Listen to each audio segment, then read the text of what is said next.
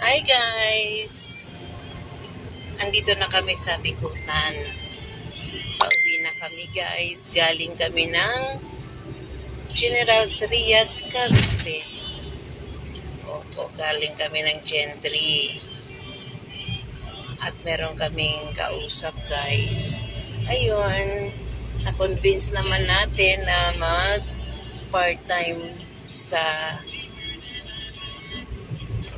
part-time sa Pro-Life UK as agent, financial advisor.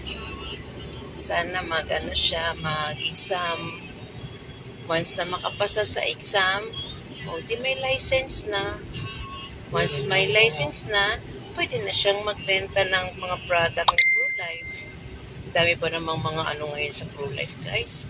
Ang dami mga perks, ang dami mga incentives. Oo, kaya kailangan talaga makahanap tayo ng mga quality na clients na magpa-insured. Alam niyo kasi mga friends, once na insured ka, ang laking benefits ba? Oo, expenses siya today, but tomorrow is alwan ba? Kasi may investment kasi yung mga friends. May investment siya, tapos may mga hospitalization, ang daming benefits mga friends. Kaya habang bata pa, insured ka na talaga kasi bukod sa mababa, malaki yung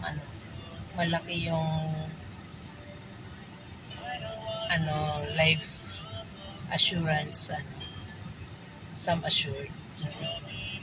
Kasi ganun yung mga friends, habang bata ka pa,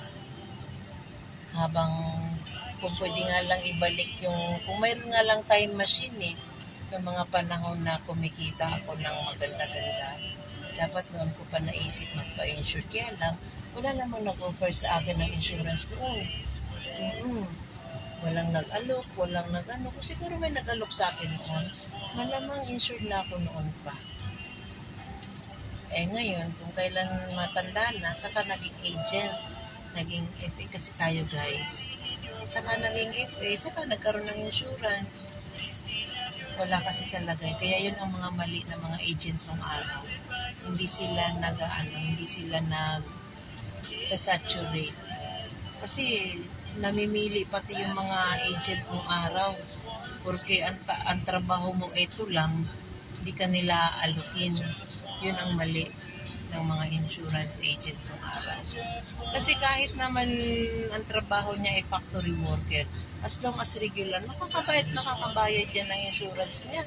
Kasi nung araw, hindi naman malaki ang bayad ng insurance Siguro nga nung araw, may mga 600, 700 pa yan Ngayon kasi guys, na ang insurance ngayon, medyo mataas na.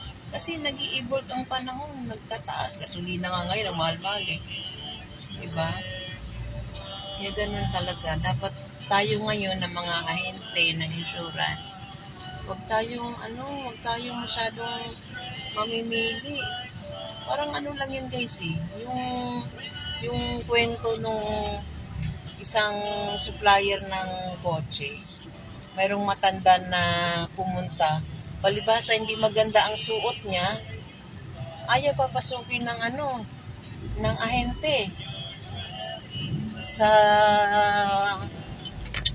bilihan ng kotse. Gusto ng matanda pumili ng magandang sasakyan. Ayaw, kasi nga nakatingin kasi tayo minsan sa panlabas. May nag-assist na ibang agent. Nako, hindi lang pala kukuha ng sasakyan yung matanda, kundi babayaran niya pa ng cash ang kotse na nagustuhan niya. Palibhasa kasi tao kasi minsan nakatingin lang sa panlabas na porque pangit, porque hindi maayos ang suot. Kaya huwag tayong titingin sa panlabas. Ang ahente, lahat ng masasalubong. Nalilig lang tayo. Lahat ng masasalubong natin, isipin natin sila ay mga kliyente din. Oo. Kaya, syempre, nahanap tayo ng quality, nasa pag-i-interview na natin yan kung paano natin sila i-interviewin. Ano mga anak buhay nila, ganyan-ganyan. Pero pagka masyado tayong guys, masyado tayong mapili sa mga walang kakayahan magbayad dyan. Parang inanuhan mo na, tawag ito, parang inano mo na yung kapwa mo, inuhusgahan mo lang. Kaya, kayong gano'n. So, nandito na kami sa C6, guys. C6 na kami. Nakita nyo ba yan, mga friends? Yan lugar na yan dati, noong panahon ng pandemic. Ang daming dyan. Ginagawang yan eh. Ginagawang, tawag dito, ginagawang ng pandemic dati, yung mga may mga COVID dyan inilalagay. Tagig yan, tagig. Pero ngayon, ginawa na siyang pasyalan. So, paano mga friends? Hanggang dito na lang. Bye-bye! O yan, ang ganda ng Laguna, Dibay. Diba? Sobrang init. Nagpagas pala kami kanina sa Cavite, mga friends. Medyo mura-mura lang yung 88 pesos lang. Kaya lang wala kaming panggas na pang full tank. Kung mayroon lang kaming pang full tank, pinul tank na namin. Wala eh. O siya, dami ko ng kwento. Bye-bye. Babu.